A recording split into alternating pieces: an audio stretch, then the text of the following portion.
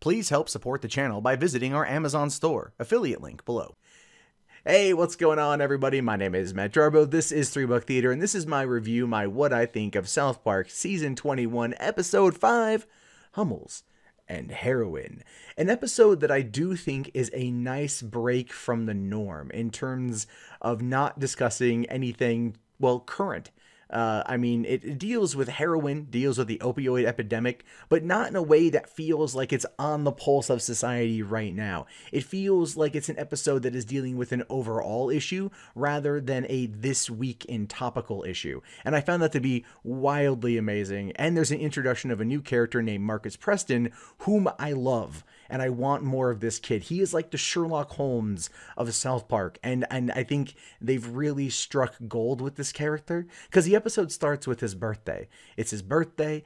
Chuck E. Cheese comes over to perform. Chuck E. Cheese is clearly high or drunk, cannot get the guitar to work, ends up vomiting out of his mask, and then collapses dead. And of course, Marcus loves Chuck E. Cheese, absolutely adores Chuck E. Cheese, and he is angry that Chuck E. Cheese died. And then we find out that Stan has to go visit his grandfather, bring him a present, bring him one of those German Hummel figurines, and we realize that there's something odd about this particular nursing home.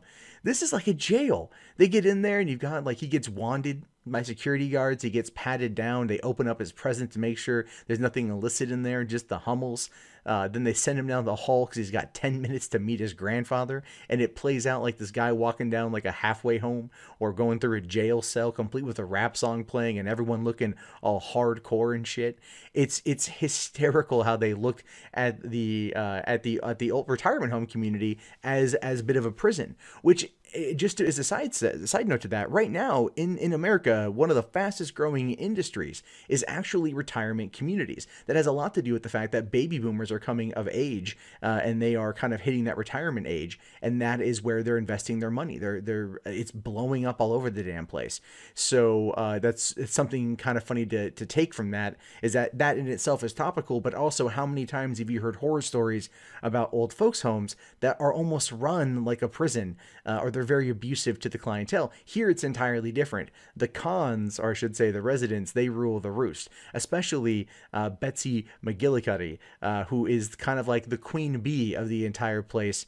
She runs it because she has the largest Hummel collection. So Stan's grandfather wants to get his own Hummel collection as maybe a way of rivaling her. And it's interesting too, because she's one of those ladies that's so old, she farts so loose that no one ever says anything because they just kind of waft out of her. And that's every time we see her, she's always farting.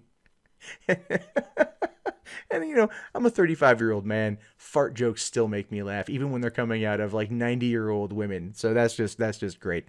But then we find out something crazier goes on, because Stan's grandfather asks Stan to go and deliver a pillow to Swiper, right? Swiper from Dora the Explorer. And Swiper gives Stan a Hummel figurine and then passes it on. And then, of course, we find out that Swiper died and from a heroin overdose, right? And so clearly they're trying to put it together, and you find out that there was, the opioids came from a stash that was inside a pillow. So, Kyle and Cartman, they basically know that Stan gave the drugs to this person and that this person is now dead, and they blame Stan for it. So Stan tries to figure out what the hell is going on, and he ends up going and realizing that McGillicuddy actually is running the heroin game outside or out of the old folks home, right? And that is a big part of that, where it's like the old folks are so afraid of her that they give her all of their pain medication, even though they desperately need it, and her friends sew it up into pillows and then have the old folks give it to their grandkids, and then have their grandkids go out there and peddle it so they can get the Hummels that have been stored in some costumed character's asshole. Well, I should say anal cavity is the best way of looking at it. So Stan decides that the best course of action in all of this is to steal all of the Hummels from Betsy and then give it to his grandfather in order to make him the cock of the walk at the old folks home. But Marcus at the same time has been like running PTA meetings, trying to draw awareness to this opioid epidemic, killing his childhood heroes.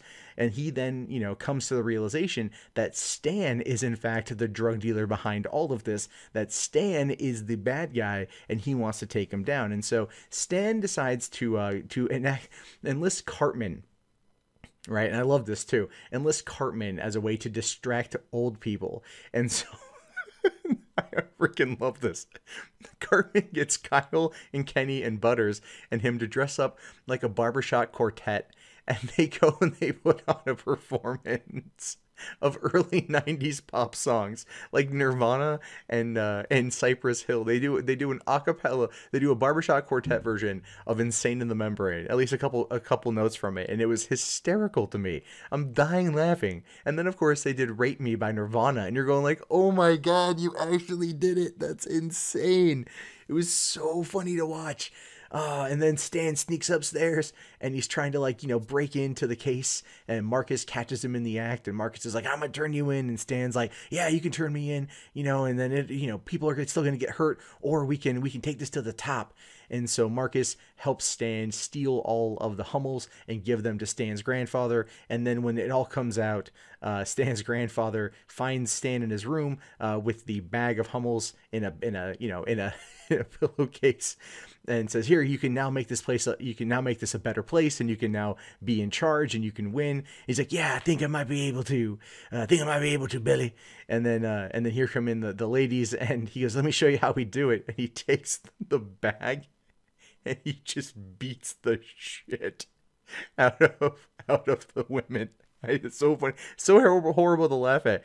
He just whoops they butt with that pillowcase full of Hummels, and then knocks them all down. Looks at Stan's like, that's how we do it in here. It makes no sense. It makes no sense. And then of course he becomes the one in charge, and McGillicuddy ends up getting sent to the solitaire room. Not solitary, but solitaire. And the whole time she's wafting farts as she's pleading with the guards to let her go. But in which case, then the question is what happens to Marcus. And this is why I think Marcus is going to become, I'm hoping, a new character. I'm hoping he becomes like the old, like Pip, but cool, because then they go to basically a pharmacy convention, and all the pill pushers are upstairs in a ballroom, and the door kicks open, and there's Marcus going, I have a couple questions, and the episode ends. So clearly I think they're setting him up to be a big staple of the show going forward. It's they always add in new characters every once in a while. We haven't had a new one in a bit, and I think Marcus is going to be a good addition, because he is very much a take no crap kid.